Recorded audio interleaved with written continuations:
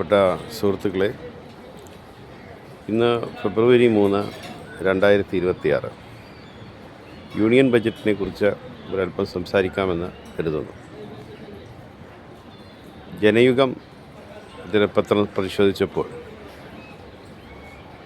കടലോളം മോഹം നൽകി കടലാമയെ മാത്രം നൽകിയ ബജറ്റെന്നാണ് ജനയുഗത്തിൻ്റെ ബജറ്റിനെക്കുറിച്ചുള്ള റിപ്പോർട്ടിൻ്റെ താഴെയുള്ള ആദ്യത്തെ വാചകം തുടങ്ങുന്നത് അങ്ങനെയാണ്.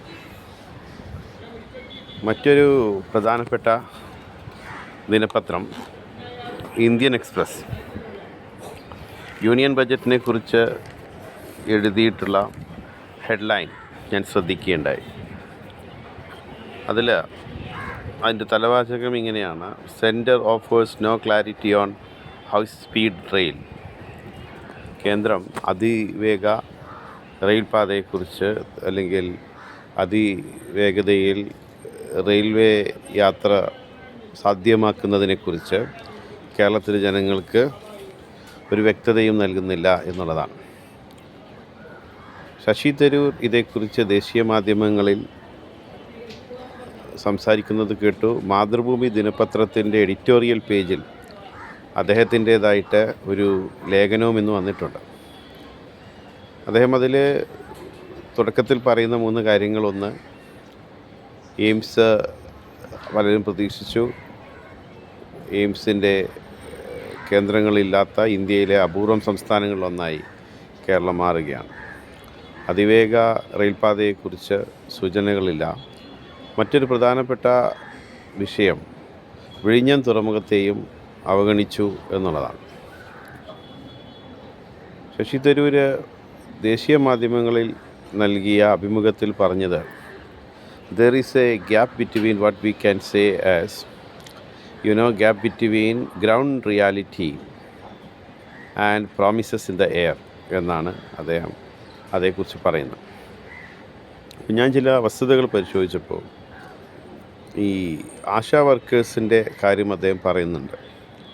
10 ലക്ഷത്തോളം ആശാ വർക്കേഴ്സ് ഇവിടെ ഉണ്ടെന്നും അതിൽ 30,000 ആശാ വർക്കേഴ്സ് കേരളത്തിലാണെന്നും അവർ ചില സമയങ്ങളിൽ 18 മണിക്കൂർ ജോലി ചെയ്യേണ്ടി വരുമ്പോഴും അവർക്ക് 2,400 രൂപയാണ് കൂലി ലഭിക്കുന്നതെന്നും അവരുടെ സൗകര്യങ്ങൾ വർദ്ധിപ്പിക്കാതെ ഇതേ കെയർ ഗിവേഴ്സിനെ കുറിച്ച് മറ്റു പല പ്രോമിസുകളും നൽകാനാണ് സർക്കാർ ശ്രമിക്കുന്നത് എന്നും അദ്ദേഹം പറയുന്നു.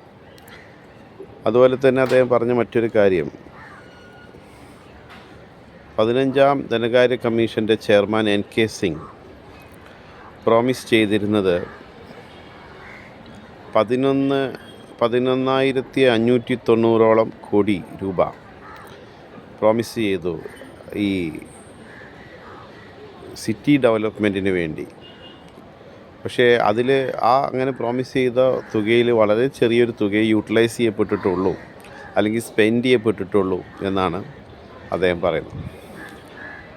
അങ്ങനെ നിരവധി വിഷയങ്ങൾ പരിശോധിച്ചാൽ, അതുപോലെ മറ്റൊരു പ്രധാനപ്പെട്ട കാര്യം ഞാൻ കണ്ടത്, ഈ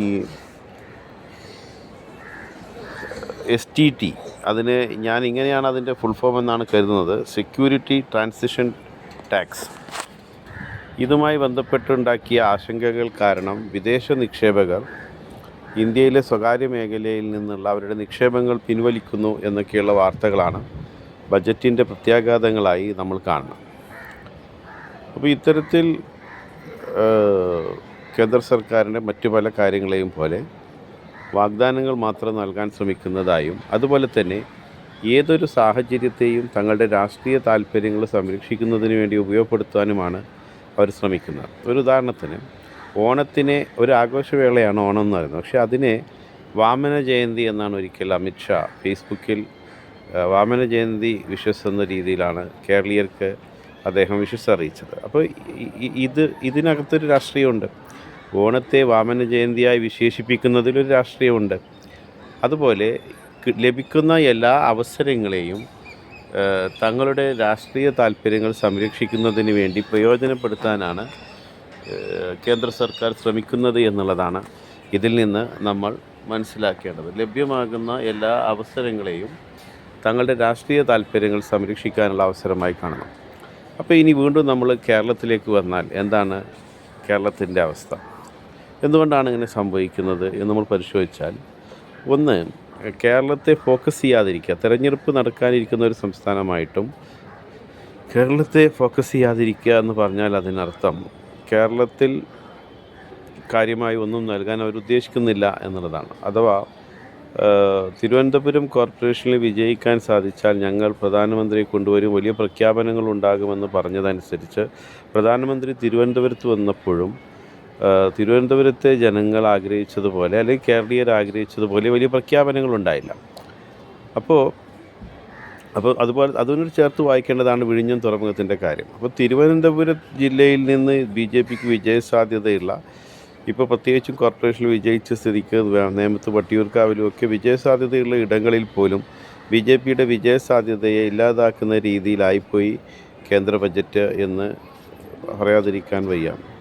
അതുപോലെ തന്നെ മറ്റൊരു പ്രധാനപ്പെട്ട കാര്യം സൂചിപ്പിക്കാനുള്ളത്, ഈ BJP എന്തായിരിക്കും ഈ ബജറ്റിലൂടെ ഉദ്ദേശിക്കുന്നത്, അല്ലെങ്കിൽ കേരളത്തിൻ്റെ രാഷ്ട്രീയത്തിൽ എങ്ങനെ ഇടപെടാനാണ് BJP ആഗ്രഹിക്കുക എന്നുള്ളതാണ് നമ്മൾ പരിശോധിക്കാൻ ആഗ്രഹിക്കുന്നത്. പ്രധാനമായും നമുക്കറിയാം, ഇപ്പോൾ BJP അധികാരത്തിലിരുന്നില്ല എങ്കിലും അവരുടെ താല്പര്യം NDAയുടെ ഭാഗമാകാതിരുന്നിട്ടും അവരുടെ താല്പര്യങ്ങൾ സംരക്ഷിച്ചിരുന്ന പാർട്ടികളാണ് മുമ്പ് തെലങ്കാനയിൽ, പിന്നീട് BRS ആയി മാറിയ പഴയ TRS, തെലങ്കാന രാഷ്ട്രസമിതി അല്ലെങ്കിൽ ഭാരതീയ രാഷ്ട്രസമിതി, അതുപോലെ BJD, ഒഡീഷയിൽ ബിജു ജനതാദൾ, ഇതുപോലെ BJP, അതുപോലെ ഒരു കാലത്ത് YSR കോൺഗ്രസ് പാർട്ടി BJPയുടെ ഘടകകക്ഷി ആയിരുന്നില്ല എങ്കിലും NDAയുടെ ഭാഗമായിരുന്നില്ല എങ്കിലും അവിടെ താല്പര്യങ്ങൾ സംരക്ഷിച്ചിരുന്ന ഒരു പാർട്ടിയാണ്. നമ്മളിപ്പോൾ നോക്കിക്കഴിഞ്ഞാൽ ഇവിടെ ഒരു സാമുദായിക ധ്രുവീകരണത്തിനാണ് BJP ശ്രമിക്കുന്നത്, LDFും ശ്രമിക്കുന്നത്. ഇന്നെനിക്കൊരു തമാശയായി തോന്നിയൊരു കാര്യം ഇതിനിടെ ഞാൻ സൂചിപ്പിക്കാൻ ആഗ്രഹിക്കുകയാണ്. ഞാനിങ്ങനെ കയ്പമംഗലത്ത് പോയപ്പോൾ അവിടെ DYFIയുടെ പോസ്റ്ററുകൾ വർഗീയതയ്ക്കെതിരെയുള്ള ക്യാമ്പയിൻ്റെ ഭാഗമായി പതിച്ചത് കണ്ടപ്പോൾ ഒരു തമാശയായി തോന്നി. കാരണം ഇവിടെ ഏറ്റവും വലിയ വർഗീയത പറയുന്നത് സജി ചെറിയാനും AK ബാലനും പോലെയുള്ള, അല്ലെങ്കിൽ A വിജയരാഘവനെയും പോലെയുള്ള ആളുകളാണ് എന്നാണ് നമ്മൾ മനസ്സിലാക്കിയിട്ടുള്ളത്. ഇവിടെ ഒരു സാമുദായിക ധ്രുവീകരണം സൃഷ്ടിച്ച് രണ്ട് മതന്യൂനപക്ഷ വിഭാഗങ്ങളെ തമ്മിൽ തെറ്റിച്ച് ഇവിടെ സാമുദായിക ധ്രുവീകരണം സൃഷ്ടിച്ച് തെരഞ്ഞെടുപ്പിൽ വിജയിക്കാനും രാഷ്ട്രീയ നേട്ടം കൊയ്യാനുമാണ് CPM ശ്രമിക്കുന്നത്. അങ്ങനെ CPM ശ്രമിക്കുമ്പോൾ BJPക്ക് അനുകൂലമായ ഒരു രാഷ്ട്രീയ തലം, ഒരു സാമൂഹ്യ തലം, ഒരു സാമൂഹ്യ മാറ്റമാണ് ഇവിടെ സാധ്യമാവുക. ഇത്തരത്തിലുള്ള കാര്യങ്ങളെ നമ്മൾ പരിശോധിക്കുമ്പോൾ നമുക്ക് മനസ്സിലാക്കാൻ സാധിക്കുന്നത്, പല അസംബ്ലി സെഗ്മെൻറ്റ്സിലും BJPയുടെ വോട്ടുകൾ LDFന് അനുകൂലമായി പോൾ ചെയ്യപ്പെടുമെന്നാണ് ഇതിൽ നമ്മൾ മനസ്സിലാക്കുന്നത്. അതായത് ഞാൻ നേരത്തെ BJPയുടെ ഭാഗമല്ലാത്ത എന്നാൽ NDA സഹായിച്ചുകൊണ്ടിരുന്ന പ്രാദേശിക കക്ഷികൾ, അവർ പല സംസ്ഥാനങ്ങളിലും അധികാരത്തിലിരുന്ന ഘട്ടത്തിൽ അവരുമായി ചേർന്ന് പോകാൻ BJPക്ക് കഴിഞ്ഞിരുന്നു.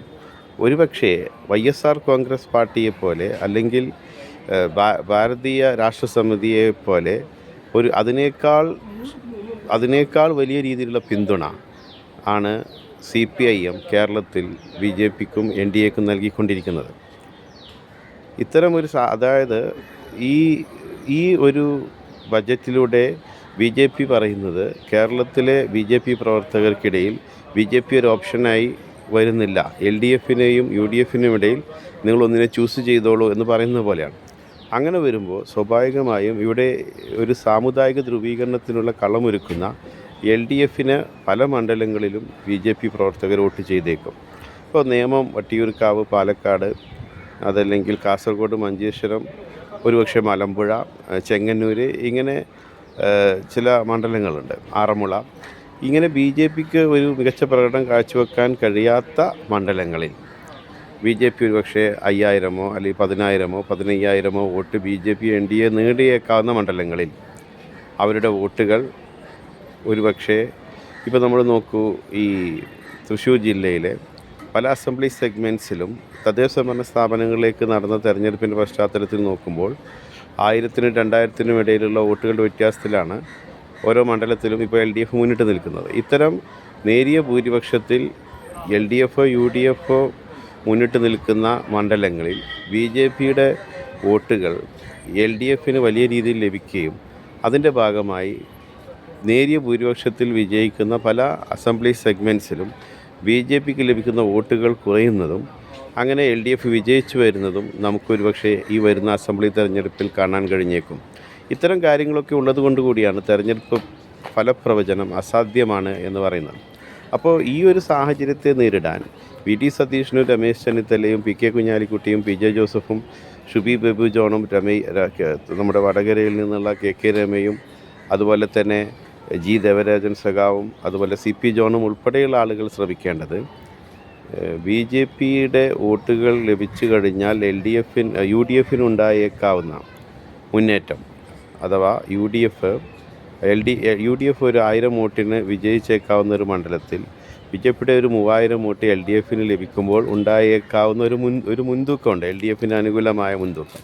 ആ മുൻതൂക്കത്തെ അതിജീവിക്കാൻ കഴിയുന്ന രീതിയിലുള്ള രാഷ്ട്രീയ പ്രവർത്തനങ്ങളും ക്യാമ്പയിനിങ് സ്ട്രാറ്റജിയും കാൻഡിഡേറ്റ്സിനെ ഡിക്ലെയർ ചെയ്യുന്നതുമായ പ്രവർത്തനങ്ങളിലൂടെ BJP വോട്ട് LDFന് മറിഞ്ഞാലും അതിനും അപ്പുറത്തേക്ക് ആ ഒരു വോട്ടുകൾ ലഭിച്ചാൽ പോലും അതിനെ കവച്ചു വെക്കുന്ന രീതിയിലുള്ള വോട്ടുകൾ തങ്ങൾക്ക് സമാഹരിക്കാൻ കഴിയുന്ന രീതിയിലായിരിക്കണം UDFൻ്റെ രാഷ്ട്രീയ പ്രവർത്തനം എന്നുള്ളതാണ് ഈ കേന്ദ്ര ബജറ്റിൽ നിന്ന് നമുക്ക് മനസ്സിലാക്കാനുള്ള രാഷ്ട്രീയ പാഠം. കൂടുതൽ രാഷ്ട്രീയ വിശകലനങ്ങളുമായി നമുക്ക് വീണ്ടും കാണാം. നന്ദി, നമസ്കാരം.